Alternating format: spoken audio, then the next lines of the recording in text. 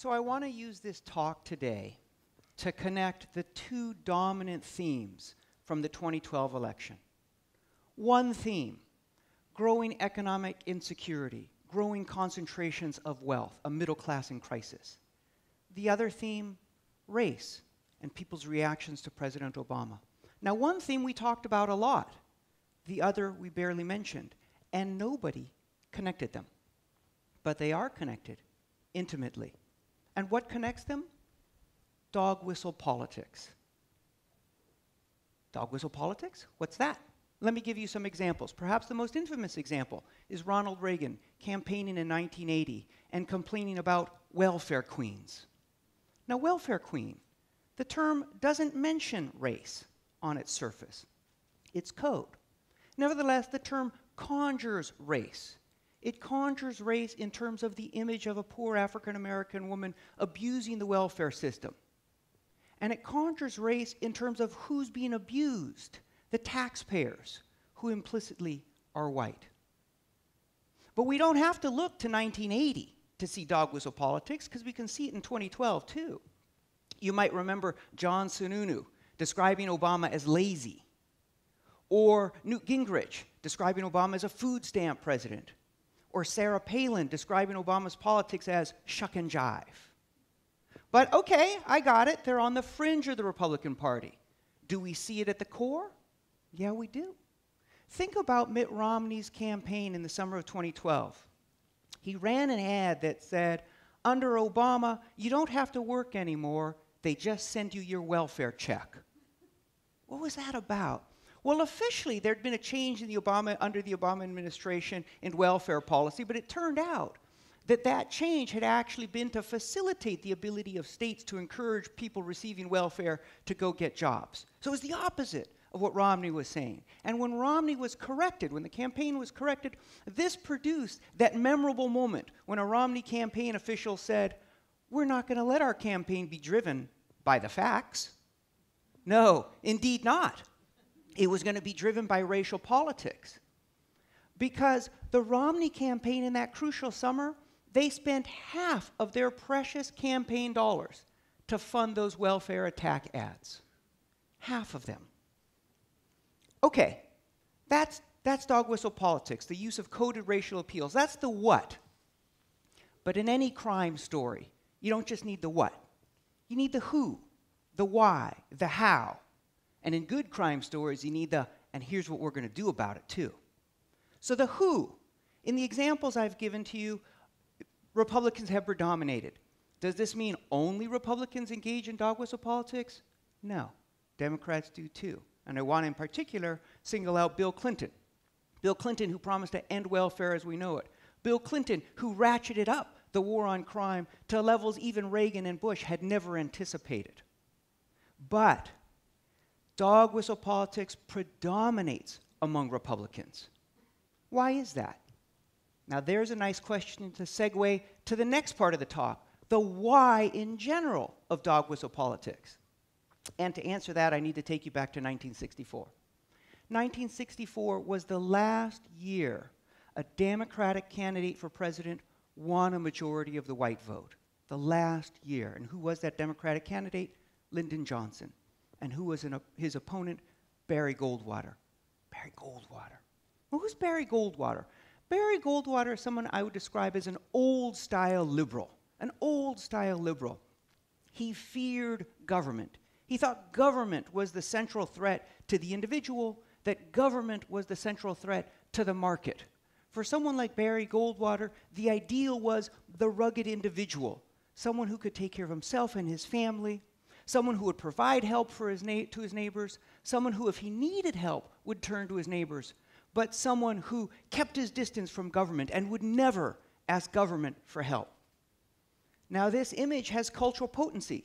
And for many years, it had political potency, too, in the 19-teens and the 1920s. But this sort of understanding of government helped produce the Great Depression.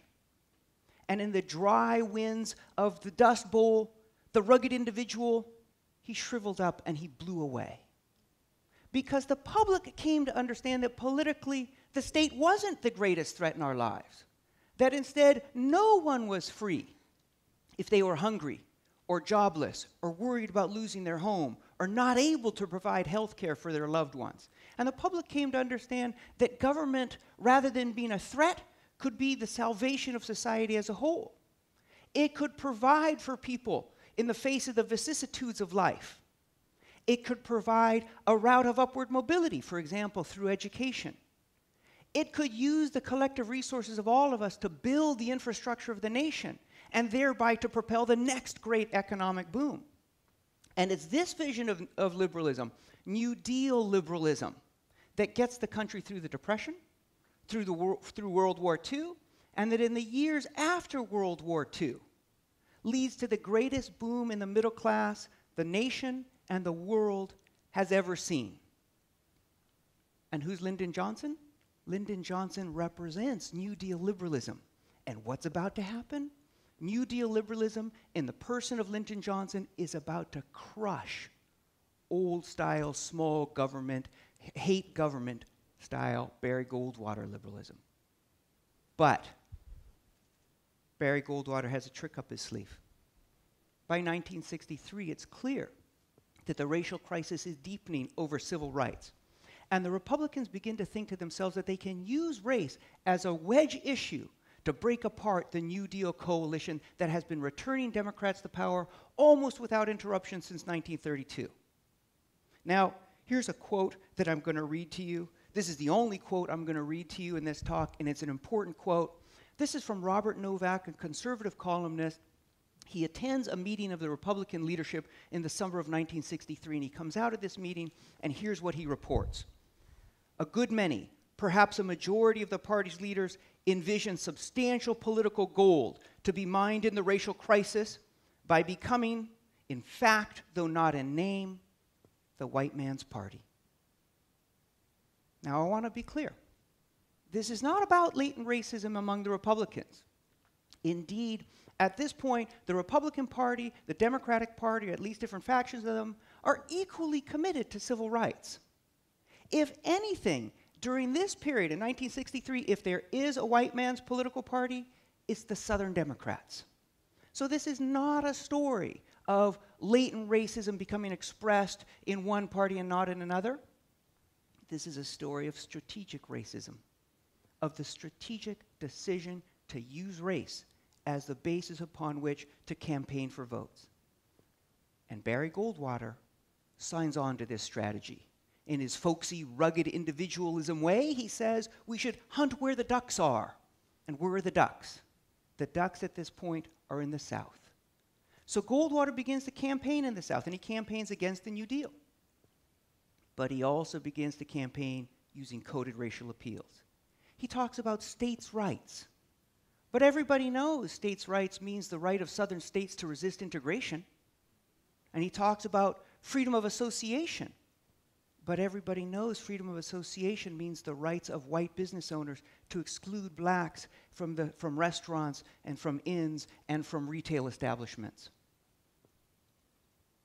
What happens? Barry Goldwater's crushed. He's crushed. He loses in one of the biggest landslides in the history of American politics. He loses every state in the country except his home state of Arizona and 5 states in the Deep South. And here's where we circle back to the why of dog whistle politics. Why?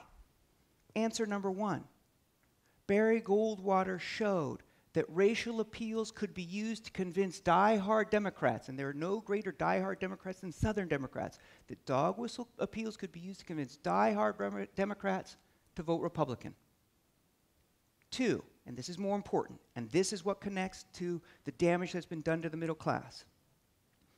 Goldwater's triumph in the South shows that coded racial appeals can convince people to vote against New Deal liberalism.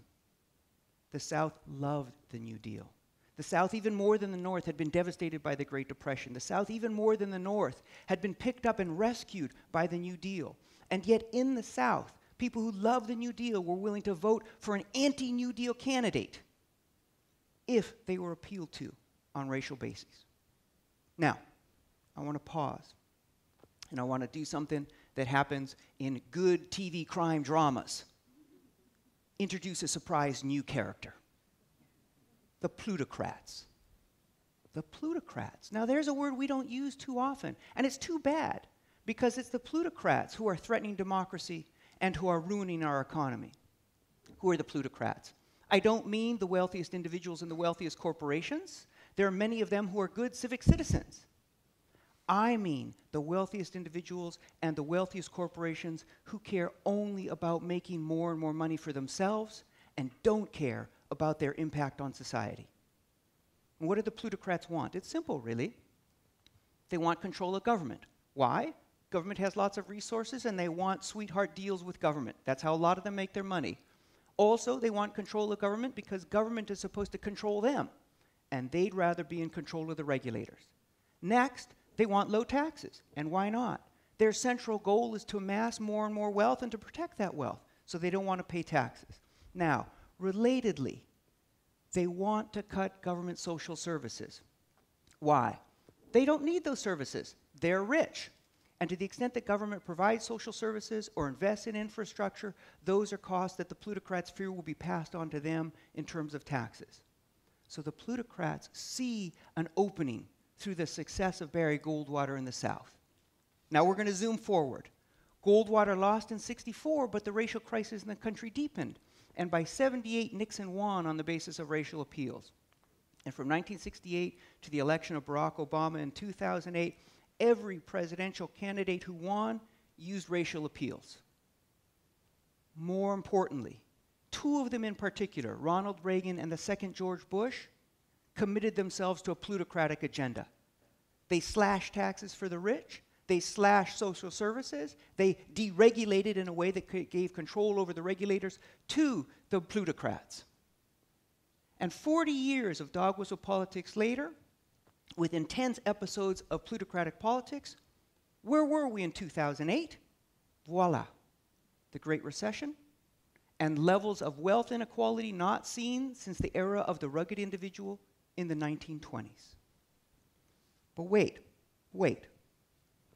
How? How did they do this? How did they convince, not just how did they convince voters to vote Republican rather than Democratic, how did they convince middle-class voters to vote for a plutocratic agenda that was wrecking the middle class?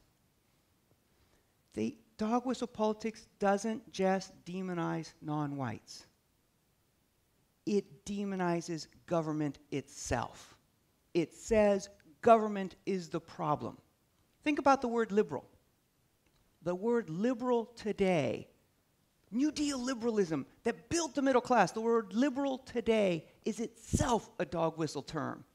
To say liberal is to conjure the image of an activist government that coddles minorities, that gives them welfare, that is not punitive enough in crime control. It's to conjure the image of an activist government that is now supposedly the greatest threat that the average white person faces. The greatest threat, not concentrated capital, not the vicissitudes of life, but government. Welcome to 2012. Was dog whistle politics part of 2012? You bet. We've already said in these references to welfare and the food stamp president, but even more. And here's something that nobody has said, and here's what's important to recognize. Dog whistle politics was at the heart of 2012 in Mitt Romney's policies. What did he say he was going to do? He said he was going to slash taxes for the rich. He said he was going to cut social services for the rest of us. He said he was going to deregulate the economy. Mitt Romney is a later-day Barry Goldwater, a later-day warrior against New Deal liberalism. And how did he do? Well, he lost. He lost. But not among whites. Among whites, Mitt Romney won 59% to 39%. Among white men, he won at a ratio of almost 2 to 1. What about among white women?